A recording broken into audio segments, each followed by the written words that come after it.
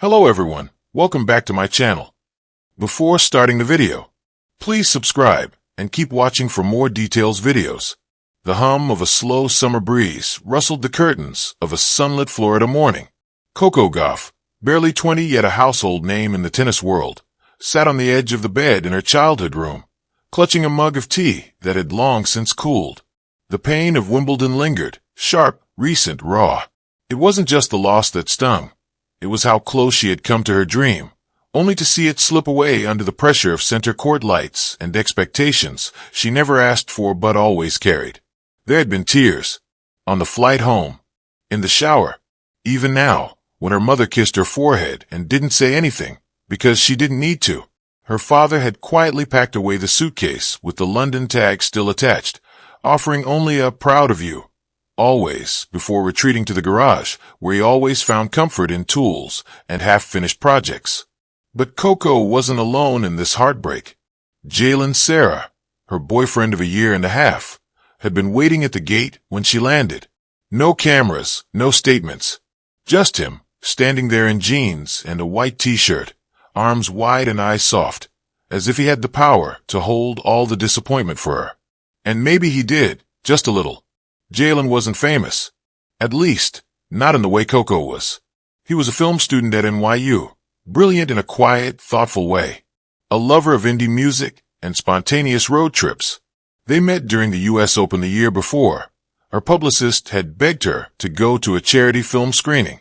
She'd shown up out of obligation and left with a piece of paper with his number on it, tucked into the sleeve of her jacket with a wink and the words, "Call me if you ever want to see a world that's not tennis."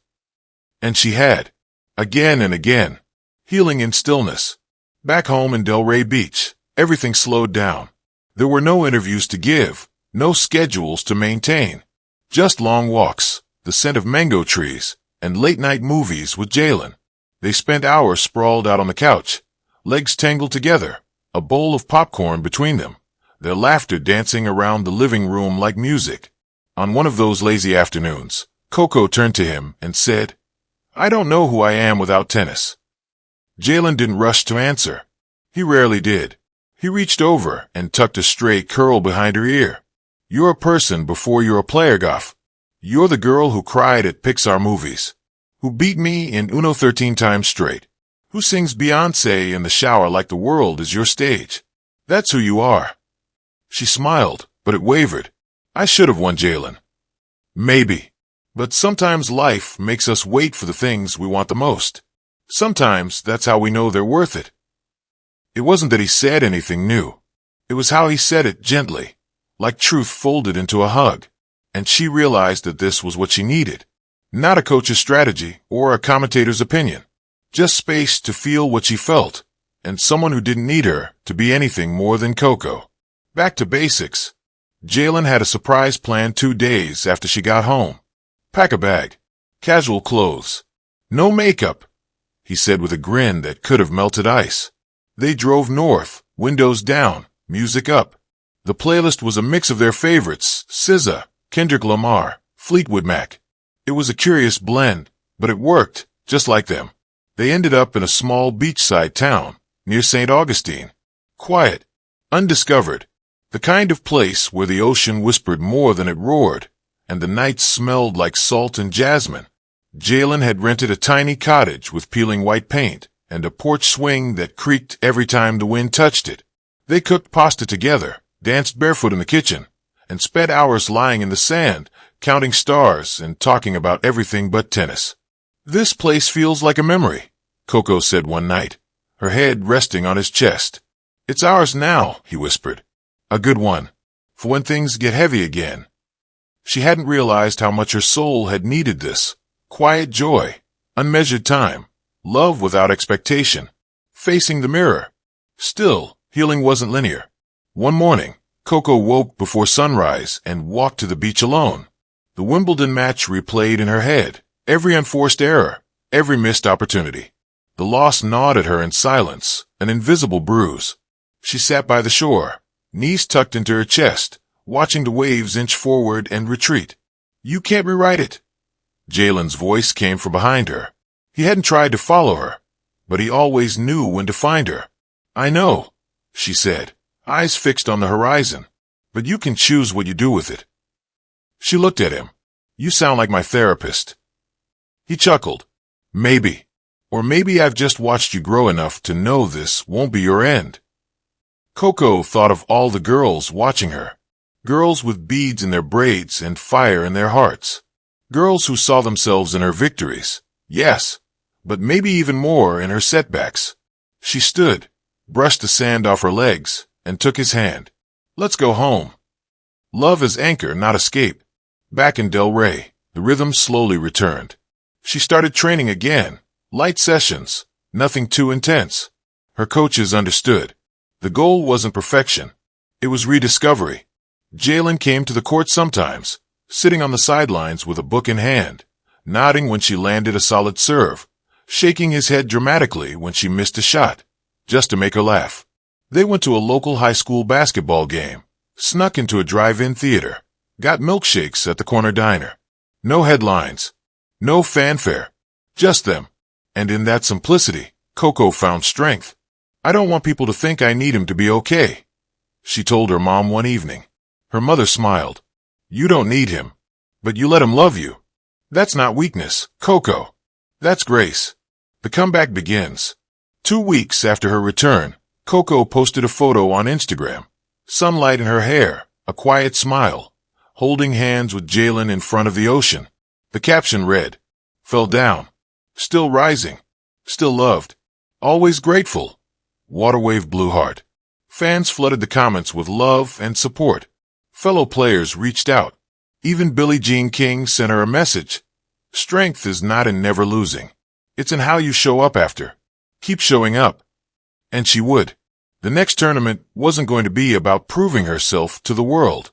It was about playing for the girl who once taped posters of Serena to her wall and hit tennis balls against the garage door until her arms ached. And maybe, just maybe, playing for the boy who reminded her that love didn't ask her to win. It just asked her to be. Epilogue, a promise to herself. Weeks later, Coco stood in front of her mirror, tying her hair back, a familiar fire returning to her eyes. Jalen walked in, holding her lucky bracelet. Forget this. She took it, fingers brushing his. I didn't forget. Just waiting for the right moment. He leaned against the doorframe, watching her. You ready? She nodded. More than ever. And as she walked out that door, racket in hand, heart a little heavier but stronger too, Coco Gauff wasn't just returning to the court. She was returning to herself. Loved, grounded, unbreakable. Coco Gauff stared out the window of the private jet, watching clouds drift beneath her like the white-clad spectators who had watched her fall just days earlier. Wimbledon had been a dream, and this year a nightmare. She had fought hard, trained harder, and yet the semi-final loss clung to her like the damp London rain. No headlines could soften the blow. No, she'll be back. Praise could erase the feeling of letting herself down. She didn't cry. Not in public. Not even when she sat in the locker room alone after the match. Her coach had said all the right things. So had her agent. But when the cameras were gone and the rackets were zipped away, only silence remained. And she didn't want to sit with that silence alone. Back home in Delray Beach, the Florida sun welcomed her like an old friend. But it wasn't the heat she needed. It was him.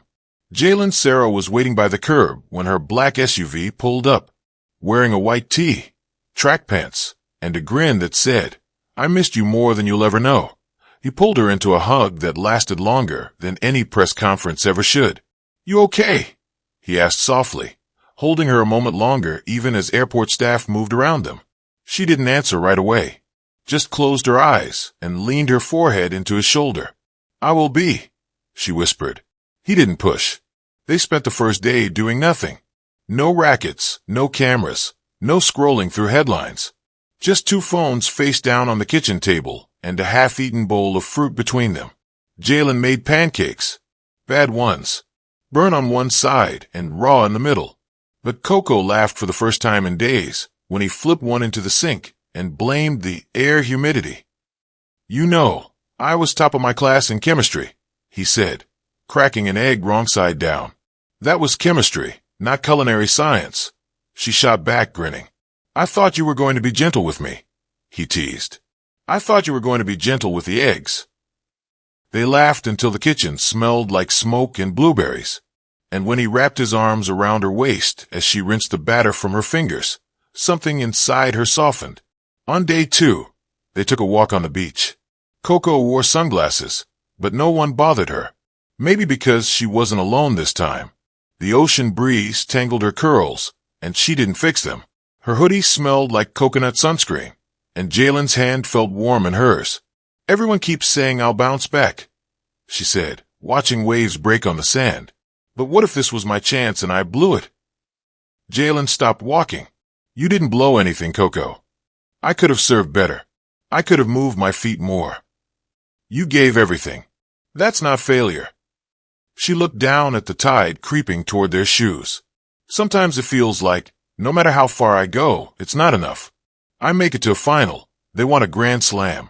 I win 1. They ask why I didn't win 2. It's like I'm chasing some ghost version of myself that people invented. He was quiet for a moment. You don't have to chase anything, Coco. You just have to be you. Is that enough? For me, he looked at her with something deeper than love. More than enough. That night, they watched old tennis matches. Hers and others. Not to study. Just to watch. Coco curled up under a blanket, while Jalen picked out clips from when she was 15. The match that made the world stop. The day she beat Venus Williams. You were so fearless, he said. I was too young to know what fear felt like. But you played like you'd never forget. Coco smiled softly. I think I need to find that girl again. She's still in there. On day 3, she hit the court again. Not with a coach, not with cameras. Just her and Jalen. He wasn't a pro. He played soccer growing up, but he had decent hands. You want to practice volleys? He offered. Nope. She bounced a ball. I just want to feel the court again. No pressure. No scoreboard. And so they hit. Soft and steady. The Florida heat pressed down, but Coco didn't notice.